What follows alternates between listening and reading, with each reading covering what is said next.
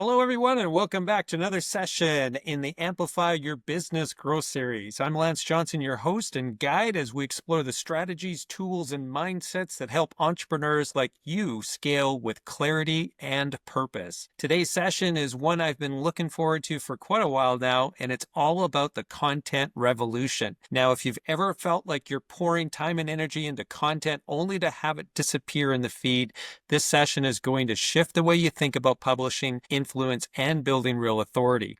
Our guest today is someone who's been leading that conversation. His name is Jan Zucker, and he's the founder and CEO of Digital Content Creators and the visionary behind the human to AI publishing model. He's also the creator of Publishing 3.0 and the Influencer is the Message book series. Jan's going to explain today how to move beyond short form content and instead use AI and our own expertise to create scalable assets like books, courses, and campaigns that not only grow your business, but build lasting influence. This isn't theory. This is actionable, practical insight for creators, coaches, consultants, and entrepreneurs who are ready to step into a more intentional content strategy.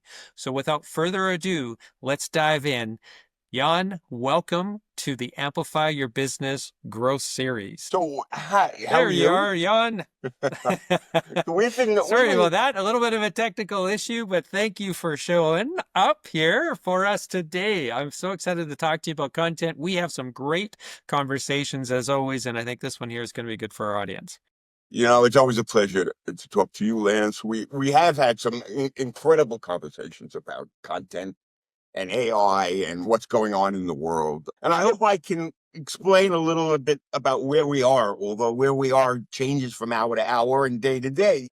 Okay, so while we kind of set the framework for what we're going to be talking about today, I think it's really important for people to understand your background a bit more. So, Jan, you've been in the publishing game for quite a while now. Can you share with us, myself, the audience here today, as to what that journey from, the beginning days of publishing to now might have looked like for you? You mean from the Gutenberg Bible? No, I'm just teasing. I have seen a lot, though. So I started out working for a magazine distributor back in the late 60s, early 70s. And the first job I had, someone handed me a stack of yellow papers and they said, tell us when these boats with the magazines are coming in. And they plopped it on my desk, and what I saw were 5 yellow telegrams with indecipherable letters and numbers and the word stop all over the place. Okay. So I had to figure out at 17, without Google, without anything, what a telegram said. Obviously, it was a difficult journey. So that taught me that content is changing all the time, because the next major event was the fax machine. Now, when you have been dealing with paper and phone calls and letters, when a fax comes in from Europe with all the information that you had to piece out from yellow pieces of paper, it was like magic. Yeah. It really was. It was just like magic. And we went on from there. So content has changed. I started my own business. I was an international distributor of magazines in New York City for almost 40 years. I published my own magazine. I owned my own bookstore. And then, and I'll talk about this a little later, I missed the signs. I always thought I was pretty good about seeing where the future was, but I then found myself in the position of Blockbuster and Kodak. I just didn't think the internet was going to ruin the magazine industry. The same way Blockbuster had no idea about streaming, and Kodak had no idea about digital, or refused to believe it. Look where they are now. That's what happened to the magazine industry. And not only me, but a lot of people just didn't see it. They couldn't believe that the content that was on the internet would take the place of pages and print. And it did. So that leads me to digital content creators and the promise to myself that I would never fall behind a trend or a change again. Yeah, and it's really funny that when you were talking about how magical the fax machine was. I remember those days. I was in high school when I first really interacted with with a fax machine much at all. And yeah, it was magical for sure. And then I remember being in my first job, and then we get all these spammers spamming us on the fax machine. I don't know if you Something's remember never those days, but changed. yeah, we had all those ads and stuff coming. And then when email then came to be a thing and then, really started to take off, then yeah, all of a sudden we started seeing all the spam shift there. And now I So I see it had on a my phone. conversation with someone the other day about AI talking in adult terms to children, or not children, but teens or tweens, and Yeah. how bad it was. And I said, I don't know. I remember going back into chat rooms in AOL when it first started, and there was no restrictions. You could talk whatever you want. The whole idea was Yeah. if you didn't want to hear it, you left the room. The AI won't talk dirty to you unless you talk dirty to it. And even then, you have to trick it. Yeah, yeah, for most of the models, although I think some of them are Yes, but so those kids weren't innocent about it. They were doing their homework, and all of a sudden, pornography came up on chat. That doesn't work. yeah, yeah, totally. Now, let's get into a little bit in terms of what you've termed the content revolution. So in previous conversations, you've talked about this a fair bit, and I have to agree with you. I think we are in a moment right now that is really revolutionizing content. So talk to me a little bit about what you mean by that, I guess, and what you see as the driver behind that, and maybe why now? Why is it happening now? So if you think about the revolution, it really never ended. It really never.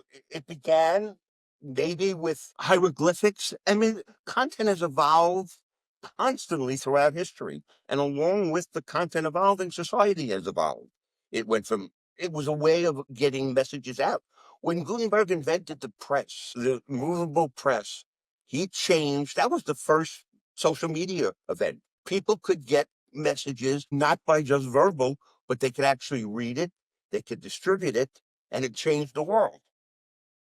The internet was the next one that really did. I mean, you could also say radio and television, but the big change was the internet because it became ubiquitous everywhere.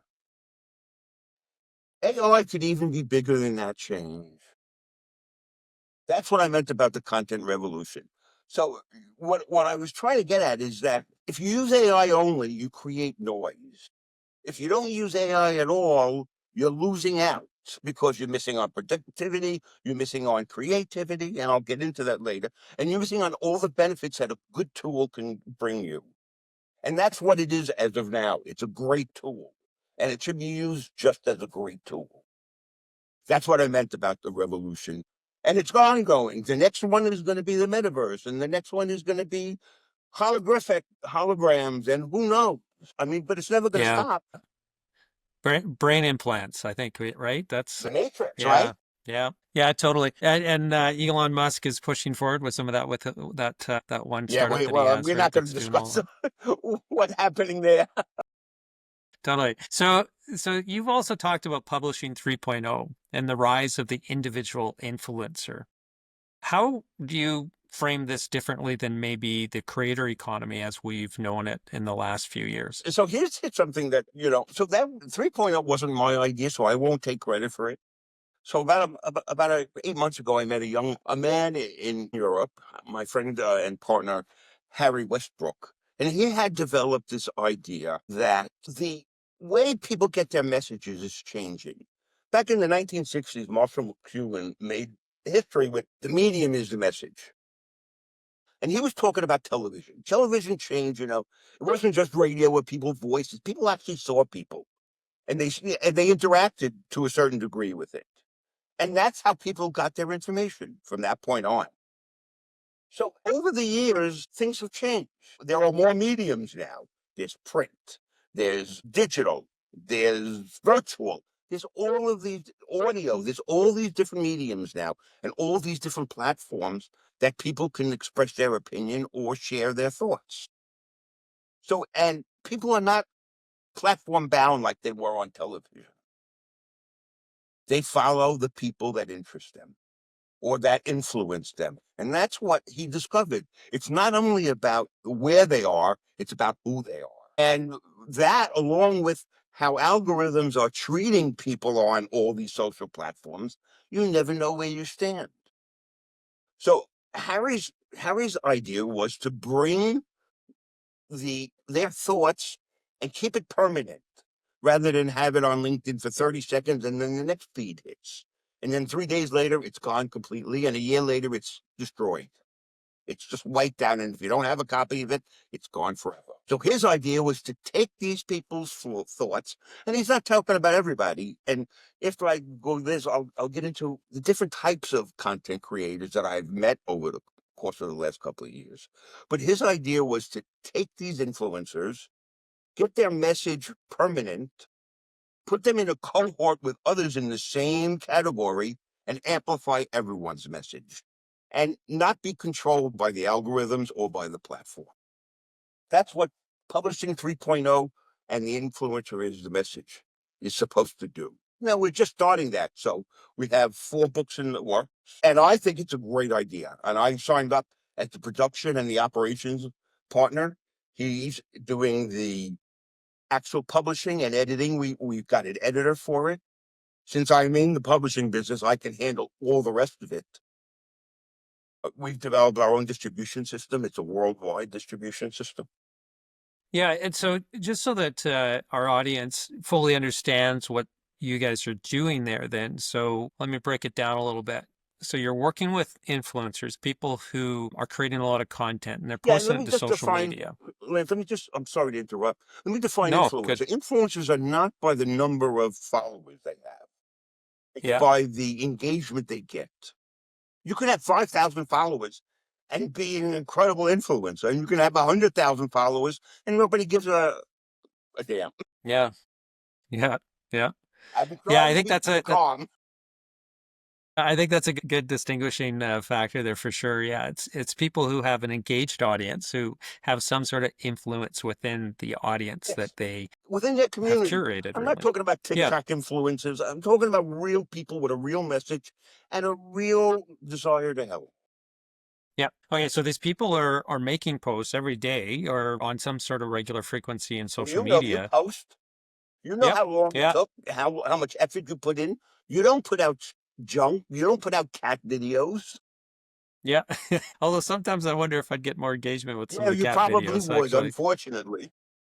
But yeah, so these people, one of the problems is that, it lives in the feed for a very, very brief amount of time. Like And that. so yeah, and so what you guys are doing is you're taking all of that content, that library of short form content then, and you found a mechanism to publish it basically in a longer format framework then. Did I capture Yeah. that So correctly? here's the way it can work. So the way I did it was I created a book called The Content Revolution. Now I had done one with AI 8 months ago to see how the process worked for the 3 pillars of influence, and I'll get to that. So we have a formula where you start off with a book coach. Okay. Okay. You don't have to have a manuscript, but you have to have some material, LinkedIn posts, fees, all of that, and you have or a course for coaches. We put it through a bunch of prompts after the book coach and the author have discussed it, and it comes out with an outline, a chapter outline. And it's a very simple. Now, let me make the distinction that this is a book for people who want an asset. It's not a book for people who have a burning desire to write a book. Those are authors. They don't care if they're going to make money for it. They want to get the story out. And that's a whole different area. That's a different process. Okay. And they deserve it. But the people who don't have the time or money and can't afford the ghostwriter or to take time away from their job to write, we can do that and make it a book that still has their voice and their reality in it. Yeah. Yeah. Every step is done with the help of AI and with the help of a coach. So that's why we call it the human to AI, because it's not just AI. It's everybody's experience. Again, the outline comes out, and I'll give you one simple example. So a book will be through formula. It'll be 5 chapters, 3 important points in each chapter, and one personal experience about that important point in that book. And that's where the author enters their part. The rest is what they're talking about is already out there. Like everybody knew about the fax being magic and going from a telegram to all that's not a secret. That wasn't only my journey. My journey was how I experienced it. So then the difference, I guess, between the traditional more, I have an idea for a book and, and help me publish that to, hey, I've been talking about the topic. So in my example, I've been talking about marketing for decades now. So I have all of this backlog of content that is just not structured into a format that can really be put into a book or create to be a book itself, I guess. And so there's that way of publishing where you would take all that information and you use AI and you would help me kind of frame some of that together into an actual Well, the book traditional coach book. would. The book coach would. Yeah, And you would the pick, book you coach. probably have enough for 5 books. Yeah. Okay. Well, I don't know on that, but definitely I think there's maybe one book in there. But so what we're talking about though with this new model of taking that influencer's information is actually taking those LinkedIn Yeah. posts or those tweets or That's a whatever. separate process. So I'll run you through that. So here we created a program with the permission of the author. We scrape their posts. Okay. AI then categorizes the posts into sustainability, whatever they're talking about. Okay. And then we take the post, we create the link, we write out the posts, we create the QR code if there's a video, we put them all 100 into a book, and then the author can or doesn't have to write the introduction, the preface, and any transitions between the posts he feels it's necessary. If not, we can do that. But in the course of 4 weeks, it's out. The book is done, published, and on sale all over the world. Yeah. So when you say published and on sale, well, I think our audience needs to understand that a little bit better too. Like, are we talking this is an ebook? Both. It'll be print on demand and an ebook. And it'll be on all the major platforms, Amazon, Ingram, Barnes and Nobles, whether or not it sells. And then it's up to the influencer to promote it. We will promote it, but then the influencer has to promote it.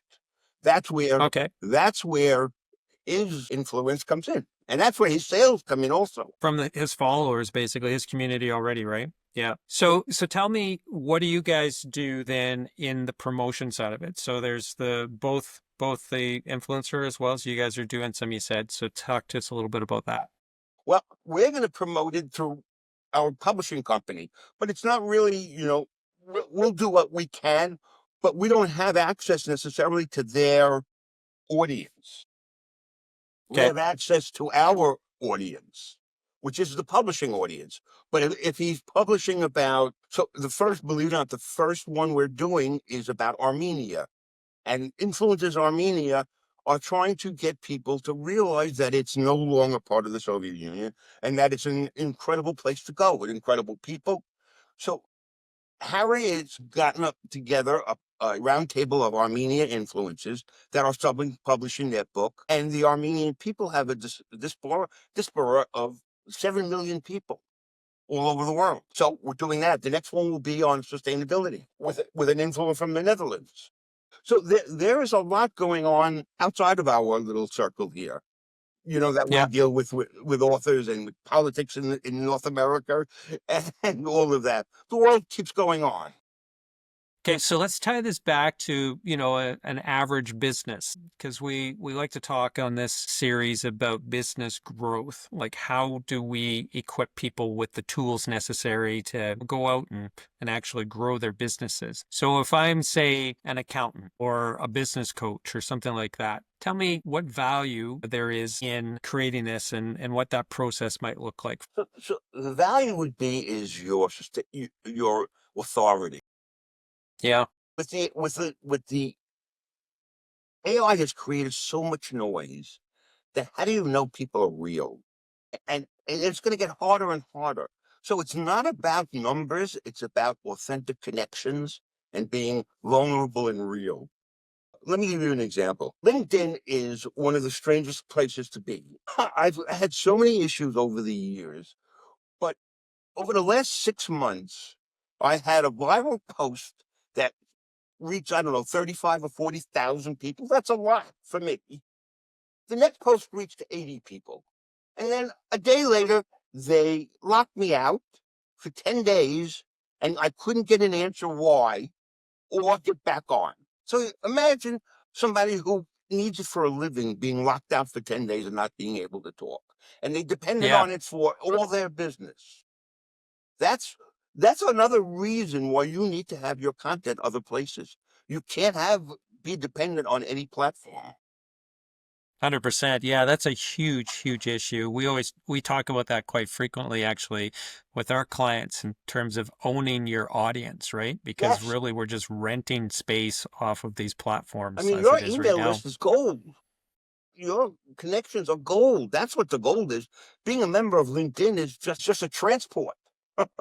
Yeah. It's a temporary transport because something will take over from LinkedIn at some point. The way all of these things move, Yeah. it's all transitory. Yeah. So that's one of the values that you bring to the table in terms of, okay, so we're going to take that content that's locked into these platforms. We're going to now allow you to leverage that in other forms. Yeah, and that's only the first step of the 3 pillars. So the 3 pillars of influence was create a book, create a course, and create a social media campaign based on the information in the book and the course. So Okay. we have the book. Once you have the information in the book, the course is easy. And the course is where money is made and where authority is gained, because a book is only read once. A course can be changed, can be updated, can be done many things with a course. You can use it as a lead magnet. You could use it as a self-directed course where you can get passive income. You can build a pipeline from it. There are lots of different ways of using these courses. And you Yeah. can And I help think, people at the same time. yeah, for sure. And I think this is where you're probably getting a lot of people, listening a little bit more closely because a big part of our audience are business consultants and coaches who have a desire, if they haven't already created a course, they have a desire to create one and obviously trying to monetize that knowledge that they have. So walk us through that. So you said there's the 3 pillars. We're going to start with the book. And so the easiest thing to do is to take the content that they're publishing already on these different social platforms, categorize it, create a book, Read a book. then of these thoughts. And then we're going to create a course and then a campaign that follows that. So talk to me a little bit about the course creation process. So the course creation process is really easy. We use Articulate to create the courses. So a lot of coaches come to me and says, "I've created a course on Teachable or Kajabi or Thinkific." And I say to them, "Can I see it?" And I ask them, "How does it sell?" They said, "It hasn't sold at all." I said, "Did you market it?" He says, "I've tried." So that's just jumping off point. So what do you want me to do? Take a look at it and let me see what you think. If you're not a graphic designer or an instructional designer, you have no business creating your own course. First of all, it's going to take all the time in the world to get it right, and it's never going to compete with the professional courses out there. Yeah. Second of all, if the course doesn't come out in SCORM, SCORM, which is a standard operating system, you cannot sell it to anybody else who has a learning management system. So how we've been able to bring the course down is we've taken away most of the instructional designer's responsibilities and given it to AI. So it comes up with the slide, it comes up with the reason it has the slide, it comes up with the dialogue of the slide, the image that should be there, and the justification of why. And from Okay. there, the instructional designer and the graphic designer make sure it's right, and then create that graphic. Whether they use that graphic or not is something that they decide. So that's where the So human part comes in. yeah, so in the course creation part of it, I mean, obviously the content, the knowledge is the magic there, Yes. right? That's the thing that really needs to be monetized. Are you extracting most of those from then the book content, or is this something that is somewhat, I guess, separate from the book content? So you have a choice. You can do the book, you can expand on the book, you can take one of the parts of the book that are one of those 531s and really dive deep into it, depending.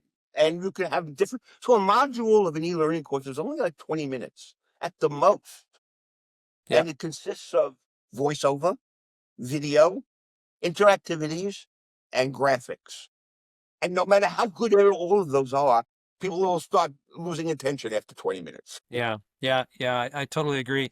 We've been in the business of creating different e-learning courses for institutions over the years, and there is definitely a skill that's there in terms of, like you said, in the design and in the overall structure of it and the content, obviously. But just so that everybody has a really clear picture here, I just want to repeat something that Jan had said here, and so that is that you can start with that content that is created that. Or you can start with a course. You don't have to. I mean, there is no reason to have all three. If you have the book, we'll do the course. If you don't want the book, we'll do the course as long as you have the material. Yeah, yeah. But that trifecta essentially that we're talking about in terms of the pillars, right? They play off of each other really well. Right. Yeah. And so you take that book that you've created, whichever kind of book. So we already talked about two different kinds of books. And this is very general, right, for our audience here. But there's the book where it's like, hey, I have an idea. I'm going to work with my book coach. And I'm going to start to flesh that out into something that is going to be structured like a traditional book.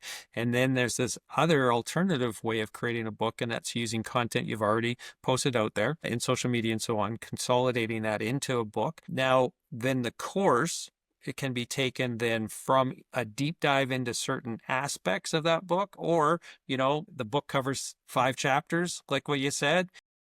And so it could be 5 different modules as part of the course, which is going to be 1 module per chapter in that example. Yeah, so there's really no set formula when it comes to a course.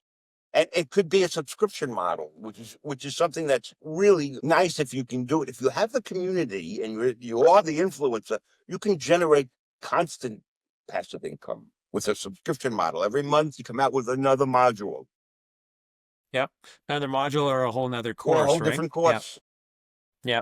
Okay, so those are the 2 primary pillars of this. Tons of other, there are all kinds of gray areas in between those, but those are the two different ones. The author who has a burning desire and the guy who needs or the person who needs an asset. We'll just keep it in those 2. And then, so we've got a course, we've got the book already created as well. And so then the next step in this 3 pillars of influence is the social media campaign then. So here's where AI is magic. You take it, you do text to video, you do text to audio, you could repost and repurpose 1 chapter continuously forever in every different format. Yeah, it truly is limitless, right? Yeah. Now it is. I mean, every day it becomes more and more limitless. Yeah. So tell me a little bit about that, the social media campaign. So what do you feel is best practice there? How much should somebody be, I guess, creating in terms of content and distributing that after they have the book and the course created? I may be the wrong person to ask about social media because I hate it, but I understand it, and I don't think there's a right answer. I don't think there's one right answer. I think everyone has to do what they feel comfortable. I mean, I know that last year LinkedIn videos were the big thing. If you got a video, you're guaranteed to have 3 or 4 times the amount of views. Now it's carousels and videos have dropped. So I can't keep up with it. Personally, I post what I'm interested in and what I think my audience is interested in. And I don't care about the rest or how many views I get. I mean, truth. Well, yeah, and I think that that's a really good piece of advice, grounded in practical experience, right? Because at the end of the day, the community that's going to be the strongest engaged are the people who appreciate what it is that you're talking about and, how you're delivering that, right? And so if you're trying to create content to satisfy the algorithm, you might get some lift there in certain ways, but it might not resonate nearly as well as what more authentic, organic approach is going to be to the way that you create and distribute your content. And so I always encourage people, don't be a slave to the algorithm.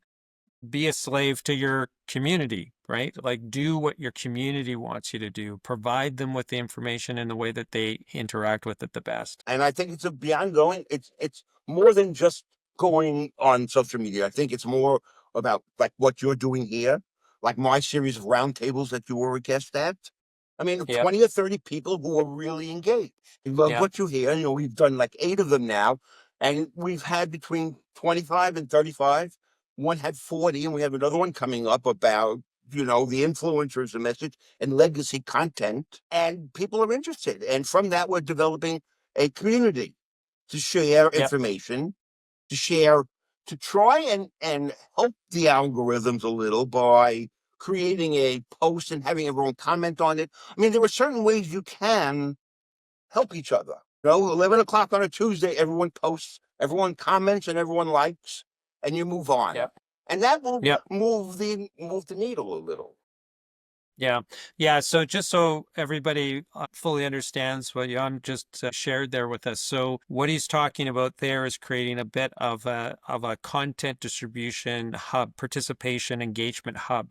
And so what you do is you form these groups of, like 11 people that you know, like, and who you have in your community. And you just say, hey, I'm going to post, every day at 7 o'clock or whatever the magical number is going to be, or time. And so when I post, can you jump in and quickly add a comment or a like or a share? And then the algorithm sees that as engagement. And the more engagement your posts get, then the greater the reach is that it's going to obtain, because the algorithm goes, well, if we have 11 people that all of a sudden like this immediately and really like shared and commented, there's some virility, even though it's small, it's still seen as a viral trigger or viral metric, then it'll open it up to more of those followers that you have, as well as the followers of the other people who are commenting and posting and so on. And if those people, then that next wave of people that see it also interact and engage, well, then the algorithm just continues to open it up to more and more people.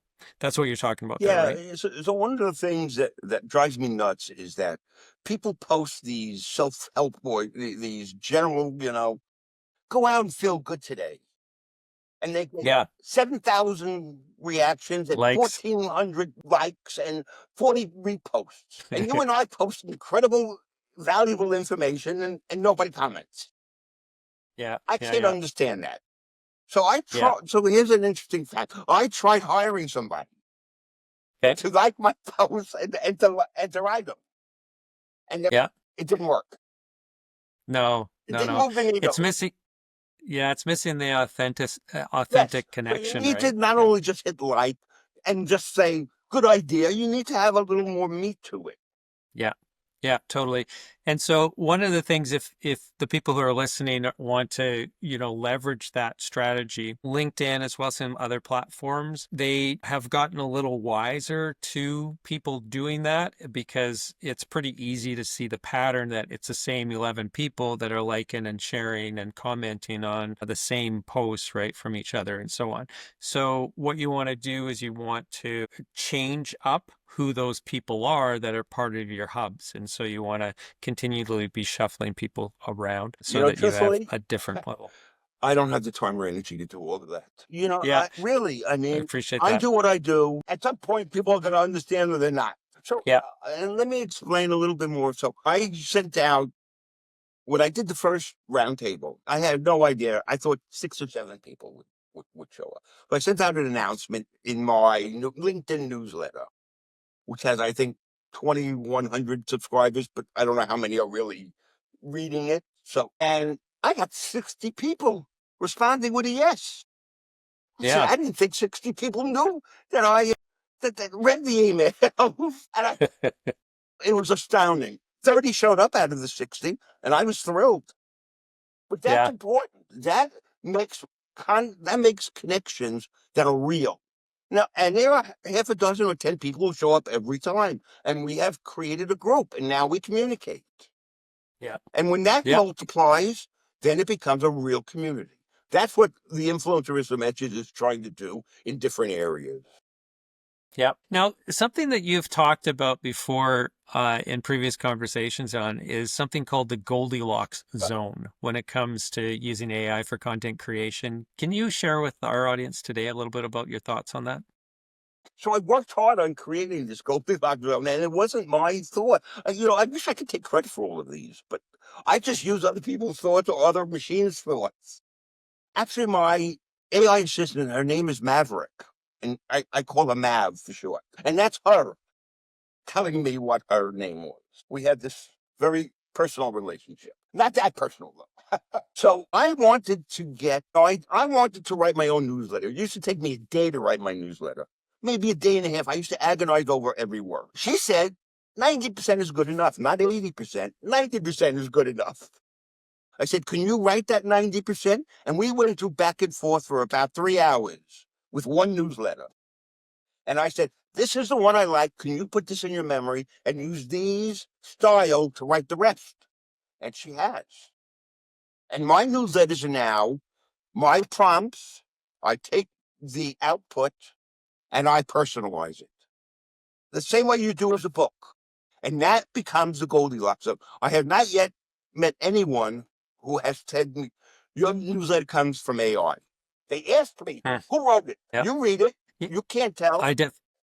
Yeah, no, I agree. I read it almost every time. I've missed one here or there when I'm You traveling. can't. So that's the Goldilocks zone. And it's not that difficult. So what is the secret there? Because I think there's a lot of people out there right now who, have hopped into ChatGPT or whatever LLM that they chose to try out, and they've had it write something for them, and they go, that sounds so robotic, or that does not sound like me. What's your secret? It's not letting AI do it. It's questioning it and telling it, I want it better, or I want it different, or give me options. It's Yeah. not a one-way conversation. Yeah. I agree. So in my experience, we've been testing this for years now.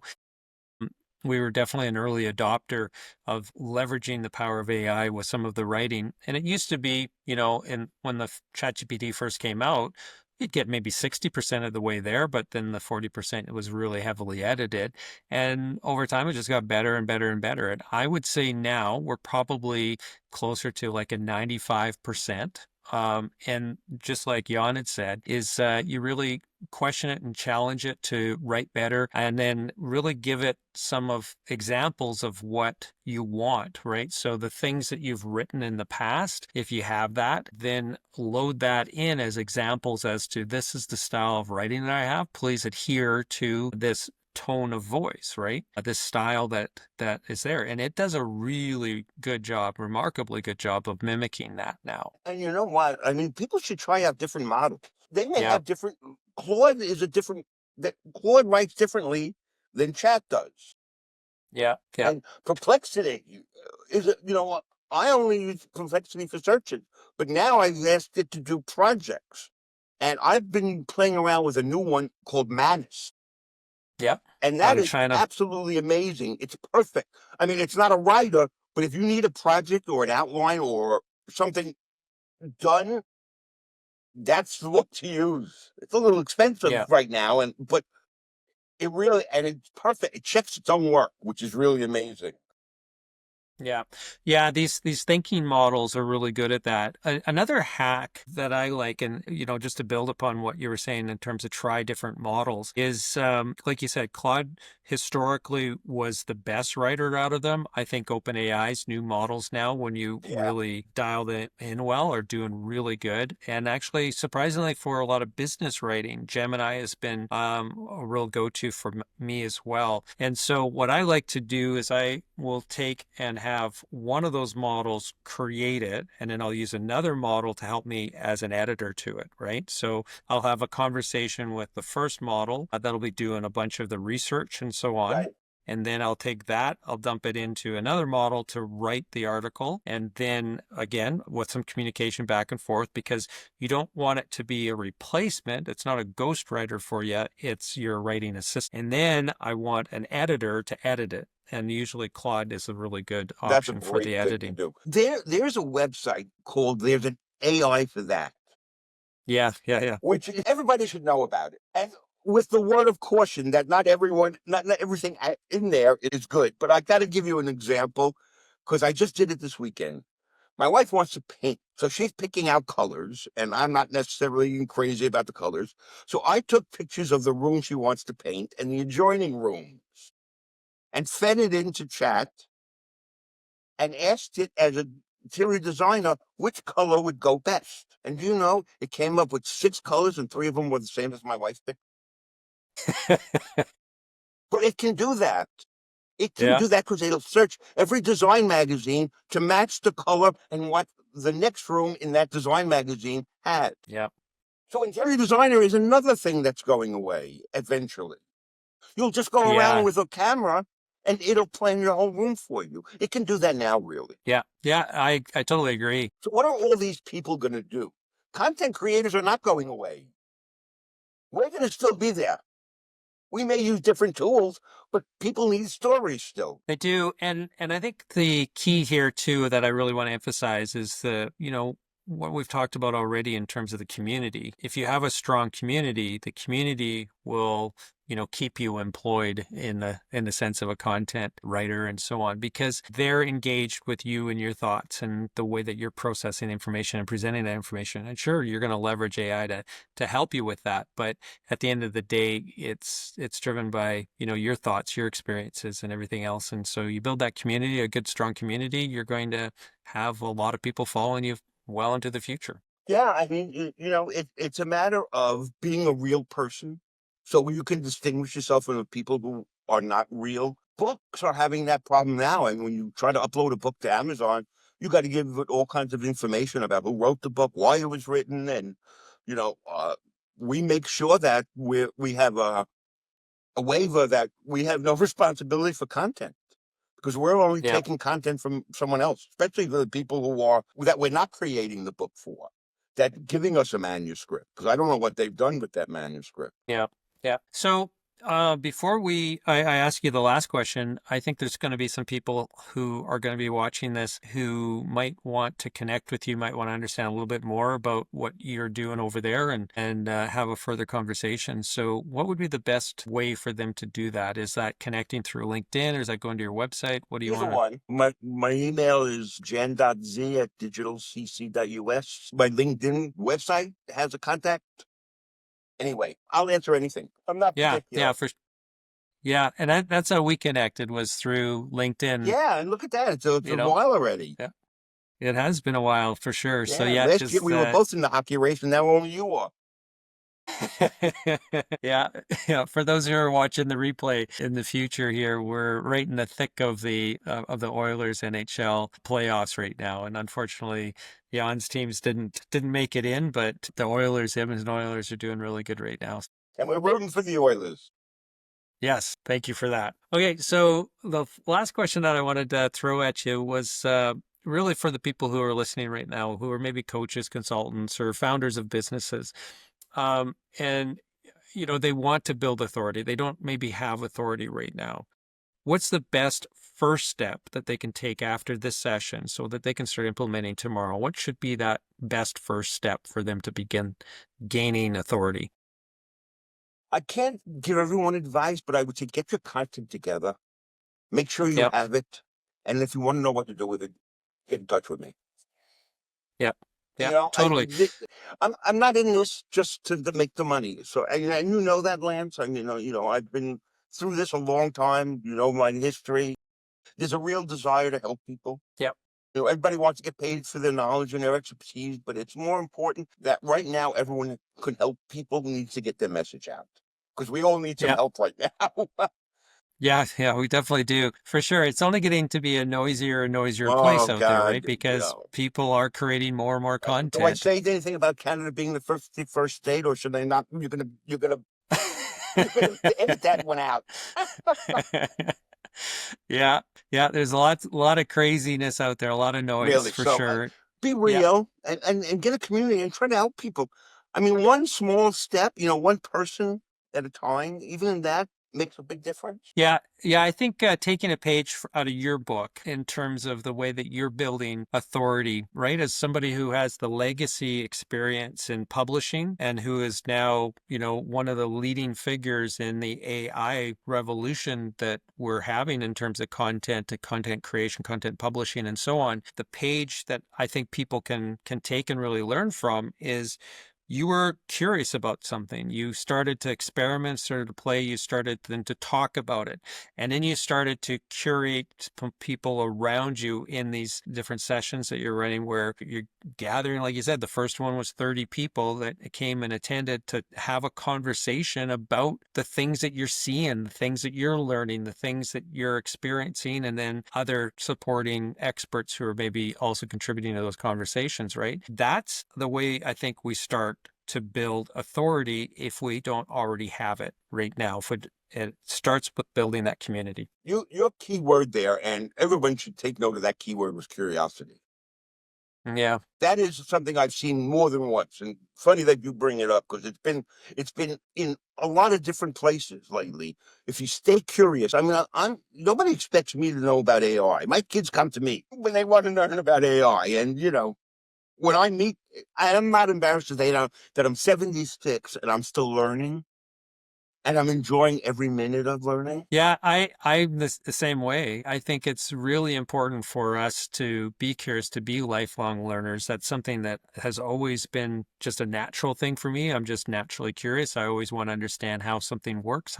Yeah, As a small kid, I was the guy who was taking apart the electronic toys and trying to figure it out, right? That was interesting. And I think right now in the era that we are, it's really important to understand the tools out there and start playing around and experimenting. But the thing about it is we all have a limited amount of time. And so as a business owner, and this is something that I talk about a lot on our podcast, is we want to make sure that we are leveraging our time to do the most important next thing that's for right. your business. And the most important next thing for your business is not necessarily going to be an AI expert. Important thing is to maybe spend time building the community and then leverage the expertise of guys like Jan. But AI will help you free up time. It will increase your productivity on a lot of different things that you may not even know about. And I think Totally. just the Yeah. curiosity of thinking about what it can do will help a lot of people. Yeah. Well said. Well, thank you so much, Jan. I really appreciate you sharing your experience, your wisdom with us today. It's been a privilege to have another conversation with you. Lance, it's always a pleasure speaking with you. Okay, everybody, thank you for listening. We'll have another episode live in 2 weeks' time. Definitely check it out. And in the meantime, everybody have a prosperous day.